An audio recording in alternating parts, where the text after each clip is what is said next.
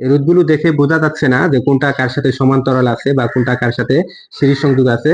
আসসালামু আলাইকুম প্রিয় শিক্ষার্থী, আজকে আমরা এমন একটি সার্কিট দেখব। এই সার্কিটটি যদি আমরা 2 মিনিটের মধ্যে সমাধান করে ফেলি তাহলে আমাদের আর নতুন কোনো ধরনের সার্কিট আমাদের কোনো সমস্যা হবে না, অর্থাৎ চলতরিৎ অধ্যায়টি আমাদের আর কোনো সমস্যা হবে না। কারণ চলতরিৎ না পারলে আমাদের কিন্তু কোনো অঙ্কই আমরা করতে পারবো না। সুতরাং এই ভিডিওটি তোমার জন্য হতে পারে খুবই একটি গুরুত্বপূর্ণ ভিডিও। এখানে দেওয়া আছে ভোল্টেজ এবং এখানে রোধগুলো দেওয়া আছে, বুঝতে কিন্তু একটু কষ্ট হচ্ছে। তো এই জন্য আমরা শুরুতে কি করব, আমরা শুরুতেই আমরা বিন্দু নিয়ে নিব, অর্থাৎ একে পয়েন্টিং করে নিব। এটা যদি আমরা এই বিন্দু ধরি তাহলে এটাকে আমরা এই রুটের অন্য প্রান্ত, যেহেতু এটাকে আমাদের অন্য বিন্দু ধরতে হবে, ভি ধরা লাগবে। এটা যদি এ হয়, সামনে একটা রুট পড়লে পরের বিন্দুটাকে আমাদের ভি ধরতে হবে, তাহলে এটা হচ্ছে আমাদের ভি বিন্দু। এখন এখন আমাদের খেয়াল রাখতে হবে যে এ এবং বি বিন্দু দেওয়ার পর তারপর একটু খেয়াল রাখতে হবে যে এ বিন্দু যদি এটাই হয় তাহলে এই ক্ষেত্রে এখানে কোনো রুট নেই এবং এটি একটি শুধুমাত্র তার, এবং এটা শুধু তার হলে এটা এ, এটাও এ, এটাও এ, এটাও কিন্তু এ বিন্দু হয়ে গেল, অর্থাৎ এই বিন্দুটাও কিন্তু এ বিন্দু। এরপর আমরা দেখবো যে এটা যদি এ বিন্দু হয়ে যায় তাহলে এই সামনে একটা রুট পড়েছে, তাহলে এটা কিন্তু আর এ দেওয়া যাবে না, এটা অন্য একটা বিন্দু দিতে হবে।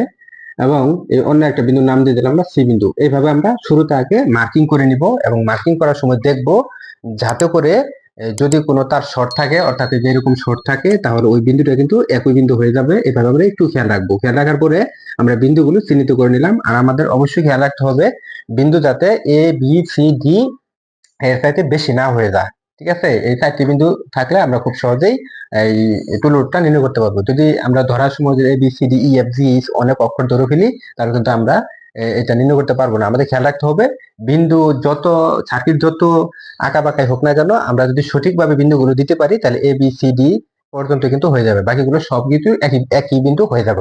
এই বিষয়টা আমাদের মাথায় রাখতে হবে। যদি আমরা অনেক সময় দেখি যে এ বি সি ডি আরো বেশি সংখ্যা আসছে, ডি এর চাইতে বেশি সংখ্যা আসতেছে, তার মানে বুঝতে হবে আমরা এখানে মার্কিং এ ভুল করেছি, অর্থাৎ এরকম এটাই হলে এটাও যে এ হবে, এটা আমরা ভুল করেছি। এই জন্য আমাদের একটু ঠান্ডা মাথায় আগে মার্কিং করে নিতে হবে। যদি সঠিকভাবে মার্কিং করতে পারি তাহলে 4টি বিন্দুর বেশি আসবে না, এ বি সি ডি এই 4টি বেশি কোনোদিন বেশি আসবে না। তো এখন এই এ বি সি আমাদের বিন্দু আসছে এখানে 3টি, 4টিও আসে নাই, বিন্দু আসছে আমাদের 3টি। তাহলে এ বি এবং সি এই 3টি বিন্দু এসেছে। এই 3টি বিন্দু যদি এসে থাকে তাহলে আমরা শুরুতেই এই ভোল্টেজ সুইচটা আগে অঙ্কন করে নিব। আমরা শুরুতে যদি ভোল্টেজ সুইচটা যদি অঙ্কন করে নিই তাহলে এটা প্লাস এবং এটা ছিল আমাদের মাইনাস। এই ভোল্টেজ সুইচটা অঙ্কন করে নেওয়ার পরে আমরা যে কাজটা করব, আমরা ভোল্টেজ অঙ্কন করার পরে এখানে দিয়ে দিব এ বিন্দু এবং এখানে আমরা দিব সি বিন্দু এবং এখানে দিব আমরা ভি বিন্দু। এটা আমরা খেয়াল রাখবো। উপরে এ, নিচে বি এবং মাঝখানে দিব সি বিন্দু। দেওয়ার পরে আমরা চিন্তা করব যে এটা যদি এ বিন্দু হয়ে থাকে এবং এটা যদি বি বিন্দু হয়ে থাকে, তার মানে এই পুরো এই অংশটুকুই কিন্তু এ বিন্দু, এটা এ বিন্দু, এই পুরো অংশটুকু এ বিন্দু। এটা বি হলে এই পুরো এই অংশটুকু কিন্তু বি বিন্দু। এখন আমরা দেখব এ এবং বি এর মাঝখানে রুট রয়েছে 4, তাহলে এ এবং বি এর মাঝখানে যেহেতু 4 রয়েছে তাহলে আমরা এখানে দিয়ে দিতে পারি। এখানে দিয়ে দিলাম, আমরা 4 ওহম দিয়ে দিলাম, কারণ এটাও তো এ, এটাই হলে এটাও এ, এটাও এ, এ এবং বি, তাহলে এটা বি হলে এটাও বি, আমাদের 4 ওহম রয়েছে। তারপর আমরা দেখব, আমরা যে কোনো একটা দেখলেই হলো, এটা দেখলে হবে, এটা দেখলে হবে। আবার দেওয়া আছে এ এবং বি, এ এবং বি, এই এ এবং বি এর মধ্যে আরেকটি রয়েছে 12 ওহম। তার মানে এই ক্ষেত্রে আমরা এ এবং বি এর মধ্যে আরেকটি রুদ্রি দিয়ে দিই, তাহলে এটা মান আমরা দিব 12 ওহম। তারপর আমরা একটু খেয়াল করব, এটাও চলে গেছে। তারপর যদি আমরা দেখি বি এবং সি, অর্থাৎ এই যেটা বি এবং সি এর মধ্যে রয়েছে আমাদের এই ক্ষেত্রে রুটের মান যদি আমি 4 ওহম দিয়ে দিই, বি এবং সি এর মধ্যে রয়েছে 4 ওহম। তাহলে বি এবং সি এর মধ্যে রয়েছে আমাদের 4 ওহম। যদি এটা আমরা এখানে দিই তাহলে এটা রয়েছে আমাদের 4 ওহম, বি এবং সি।